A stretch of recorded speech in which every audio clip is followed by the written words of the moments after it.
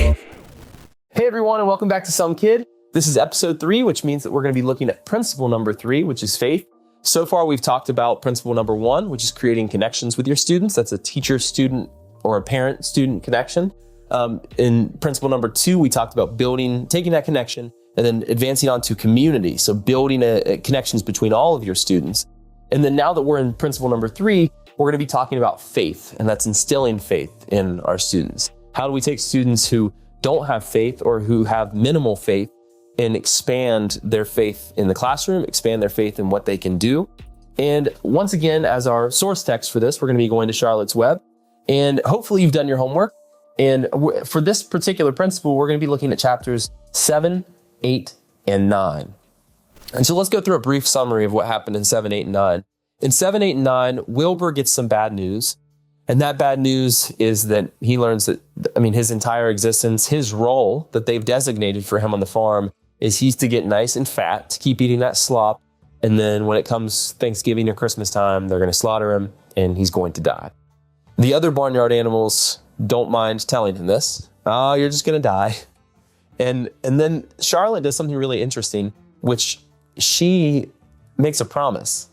And it's a promise that if you look at it in real world terms, there's a little gray spider making a promise to a pig in a world where humans have all the power. And so what in the world is this little spider doing? But the promise that she makes is she says, I'm going to save you. She doesn't know how she's going to save him. Wilbur doesn't, but Charlotte says, I'm committing to this. And you just relax, Wilbur. Let me take care of it. And I think that Charlotte's Web is so culturally ubiquitous. Like we know it because it's been around for close to 100 years or 75 years. We know that Charlotte's going to write things in her web. But if you just kind of isolate yourself as if you were a kid reading this book for the first time, you realize just how out on a limb or out on a web Charlotte is here. What is a spider going to do? It just seems so hopeless. But what you see in Wilbur is because she's his friend, because he trusts her, Wilbur then says, you know what? Okay, I can fall asleep at night because my friend Charlotte says that she's going to take care of me. And then as it goes on, well, chapter 8 is different. If you recall, in chapter 8, let me flip over to chapter 8. In chapter 8, Mr. and Mrs. Arable, that's her parents, they're having a conversation in the kitchen. And they are talking about how Fern is talking to animals. She's hearing the animals' voices, which we, as the readers, kind of stepping in this situational irony. Wait, I don't even know if that's situational irony. My brain's not working today. But regardless, we know what's happening, like that she really is hearing from animals. And her parents don't. They think it's being fantastical, or they think she's being fantastical. But they are having this conversation about, is our daughter crazy? Is it healthy for her to be out in that barn? Shouldn't she be doing other things? So we'll touch on this chapter when we talk about how parents should be included in the conversation. So I'm glad this chapter's obviously in here for narrative purposes, but we can definitely pull some stuff out of it. And then last, we have chapter 9, which is titled Wilbur's Boast. And this is where we start to see our principle of faith start to pay off. We start to see Wilbur see himself and believe himself to be who Charlotte has said he's going to be. There are so many times when students come into class, whether it's situational or whether it's something long-term, in which they have some bad news. Almost every single day, there's somebody entering your class with some bad news, whether they voice it or not. And so that's just a reality for our students. And so as teachers, what are some ways that when we learn about those things that we can instill faith in our students? Now, what we have to be really careful about, and this is serious because it could lead to some serious trauma. In my early teaching career, especially when I didn't have kids or when my kids were young, it was super easy for me to be like, oh yeah, I will be the savior in this situation. Whatever's going on, I can devote the time and the hours that needed to this situation. But that, number one, wasn't what the situation needed, but you can end up doing far worse damage by over-promising to a student than by being realistic. So we don't want to be Charlotte in the sense that we're just like, oh, this crisis with you and your parents, this crisis with you and your best friend, this crisis with whatever crisis you're going through, a health issue, oh, I can solve that for you. That's not what we're talking about here. That's not the teacher's role. We're using, again, this novel as a bridge to what we can do. And so as a teacher, you want to extend promises that you can keep within the context of the classroom. Yes. And I think that's really important to point out, because those of us with caring hearts, those of us that want to connect with students, we've made the connection, we're caring, we've advocated, we keep moving down that road, and sometimes we go a little too far. Sometimes we are not too invested, but sometimes we get involved in situations that we can't solve, and to an extreme, you get involved in situations that you shouldn't be in at all. Like that's a situation that needs to be addressed in a different arena or with different professionals in another arena. And so what we're not saying here is that it's our job as teachers to come in and be saviors. It's not our job as teachers to overpromise our students and underdeliver, because we only have them for so long. But what we are saying is, what are some ways in which we can see our students' needs in our classroom and build that faith in them, so that we can say, I know you're struggling with this. I know you're having difficulty reading, in my case. How can you become the reader that I see you as? See, this is where I see you heading. This is where I see you moving from the beginning of the year to the end of the year. And if you trust me, like if you follow this system that I've put in place, we're going to get you to that spot. And I see that, I mean, you've probably seen that in the language arts classroom. I see that all the time with people who come in and students who genuinely struggle with reading, whether they have a disability or it's just not their favorite subject. They come into the classroom and they are just kind of defeated. And you really have to begin with the basics and building back their faith in what they can do. Well, and I heard you say over and over, I see you this, I see you that. That's the first step. I see you. I see where you are and what I hear, what you're telling me. And I understand what you're telling me is your struggle here. Yeah. That's very important, you know? And then once you can empathize in that way with the student, then you need to offer them some kind of hope, which is exactly what happened in the book. Mm-hmm. You know, she says, I'm going to help you. And then he thought, someone's going to help me. You know, that gives hope. That gives a little light to the situation. Yeah. And then, you know, as a teacher, you strategize. You do make a plan for how that individual student, you're going to try to help them. And then you share the plan with them and you talk about it together. Yeah. And break it down into steps. So it's not overwhelming. Yeah. And we see this all the time in high school students, especially because promises have been made in their lives. Reading teachers in 4th grade, in 6th grade, in 8th grade have made these grandiose promises of, if you trust in me, then your reading level is going to improve. You're going to enjoy reading finally this year. And in those elementary grades, because I've taught elementary before, they will believe you 110%, you know, and they will just dive straight in. They have utmost faith.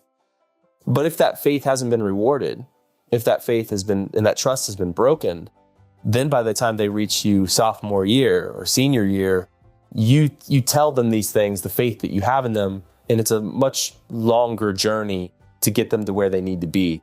But you're right, you can create a shortcut on that journey if you show them that you have the connection with them. If you can begin things differently than those other teachers, you can get them to say, hey, I know other teachers told me this, and they broke my trust, or they didn't get me to where I needed to be, or maybe I didn't put in the effort, you know. But this teacher is different. And because this teacher is different, maybe I might get different results out of this situation. And so you can begin the process of rebuilding faith, and you don't have to start from scratch. And the other part that was, you know, I thought was interesting in the book, Wilbur starts to get more energy and he becomes more hopeful. But Charlotte says to him, but there are some things you need to do. You need to get sleep. You need to take care of yourself. And I mean, high school students especially, sleep is huge. Yeah. I have so many students who will come in and say, I didn't sleep last night.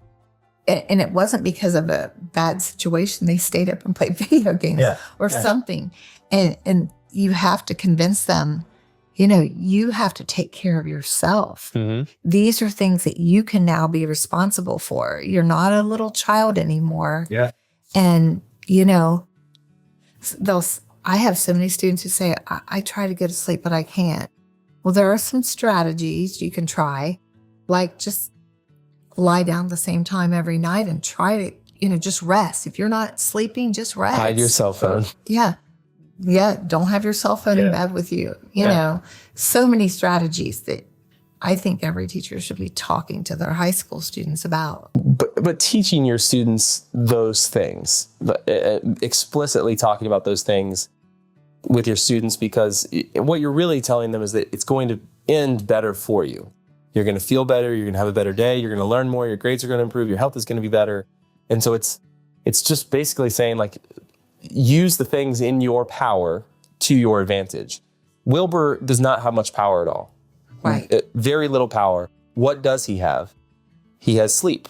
And we know that sleep's going to be important because later in the book, he's doing backflips, right? Mm-hmm. If Wilbur is just stressed out, there's no way he can become that some pig or that radiant pig or that terrific pig that he needs to be in those moments. If Charlotte goes through all that work of writing the words in the web, and then Wilbur doesn't get sleep because he's anxious, Farmer shows up and it says some pig, and Wilbur, the farmer's going to be like, okay, that's some spider, but that's not some pig. And so by you're right, by positioning Wilbur to be primed to be who she wants him to be, it allows the whole thing to work out. Otherwise, it doesn't. Right. And I liked page 64, the quote, well, replied Charlotte, you must try to build yourself up. I want you to get plenty of sleep and stop worrying. Never hurry and never worry. Like, you have power, just like you said. We're a team here, the teacher and student. I will do what I can do to help you, but you have to do this. Yeah. To help yourself. And your power as a student is limited. You don't have the power to walk out of the classroom. You don't have the power to just, do whatever you want. So while you're at school, your power is limited, but you still have power. And when you're at home, you have more freedom, but you still have power that can benefit your school. And even in the classroom, you don't always have a choice about the work you're being asked to do. Mm-hmm. But you always have a choice about the way you do your work and the way you perform the work that you're asked to do. Yeah. And that's power in itself. Mm-hmm. So another thing I wanted to touch on specifically in chapter 8 is Fern's parents having a conversation. When you have so much faith in your students, when you're a believer in your students, you're going to have different kinds of parents. You're going to have parents that they see the energy and the effort you're putting in, they're going to be believers. And then you have parents who are a little more skeptical, the believers and the skeptics. And so I think that a lot of times I've seen teachers position parents who don't believe or don't buy into what they're trying to do in the classroom as, oh, this parent's getting in my way, this parent's trying to just make my life harder. But in reality, when we're talking about the chapter on faith, you're not just talking in the education process about building your students' faith. You're also talking about building their parents' faith in the system that you have. Because I can't tell you the number of times where I couldn't get student buy-in, but because I had 110% parent buy-in, because they had faith in me, that not only encouraged me to keep going, but it encouraged me to keep pouring into my students. And the students were then like, I don't have a choice. I literally don't have a choice. My parents are choosing me to buy into this.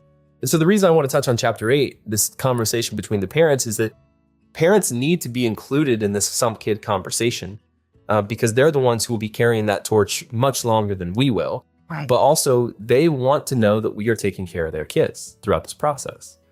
And so, so parents are integral. And so what are some ways that you would get parents involved, or at least just communicate with parents or touch base with parents? Just ways that I would talk to parents is when I would see them out in the community, because we have a small community. Yeah. Always take the opportunity to try to discuss things with parents. Mm-hmm. if a student's having trouble in my classroom, I would try to communicate with the parent. And I found most parents, they want success for their kid.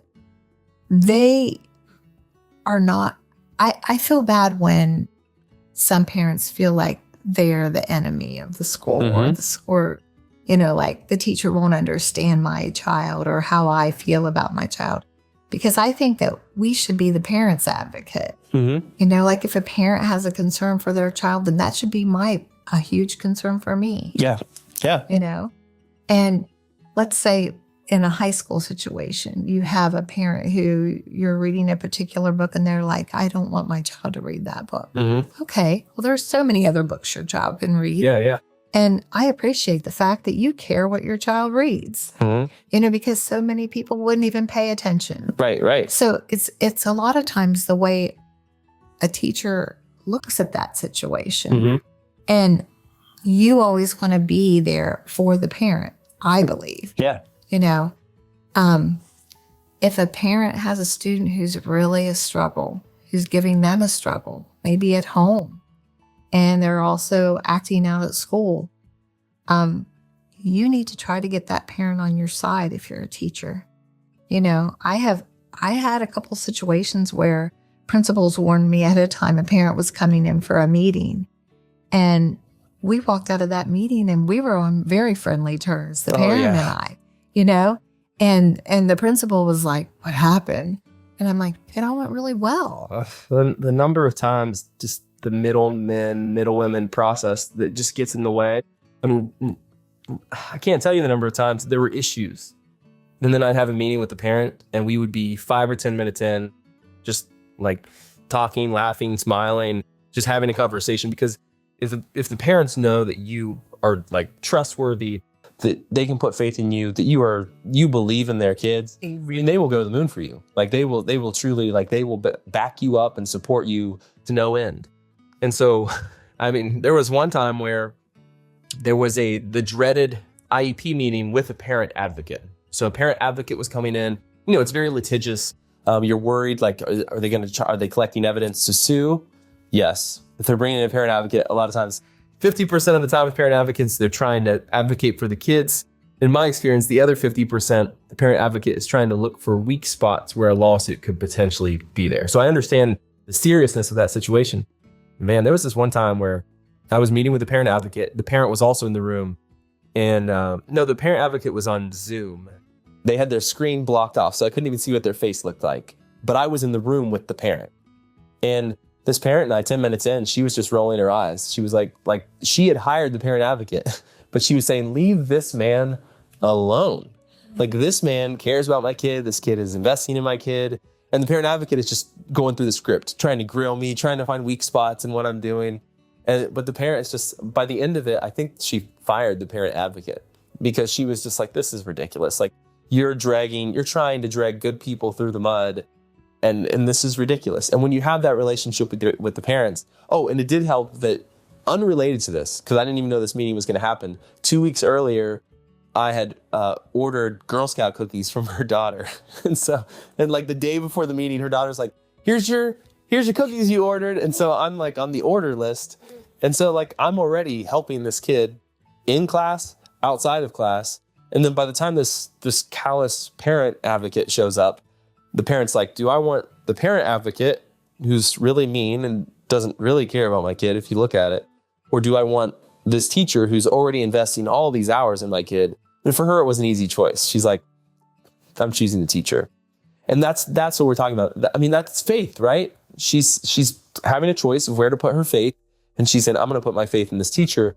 And when that parent puts their faith in you as a teacher, you almost certainly are going to get the buy-in from the student as well. Right. Okay, so in your small group discussion time, I want you to discuss this idea of faith. How can you instill faith in your student if they come to your classroom and they may not have faith, or there may be a little bit of distrust from past teachers or past school years or past experiences? How can you promise things, but at the same time not overpromise, but keep things within the limits of the classroom And then also, how do you invite the parents into that faith process? How do you build the parents' faith in you so that you can then best educate their child moving forward? So have fun with this one. We'll see you next time.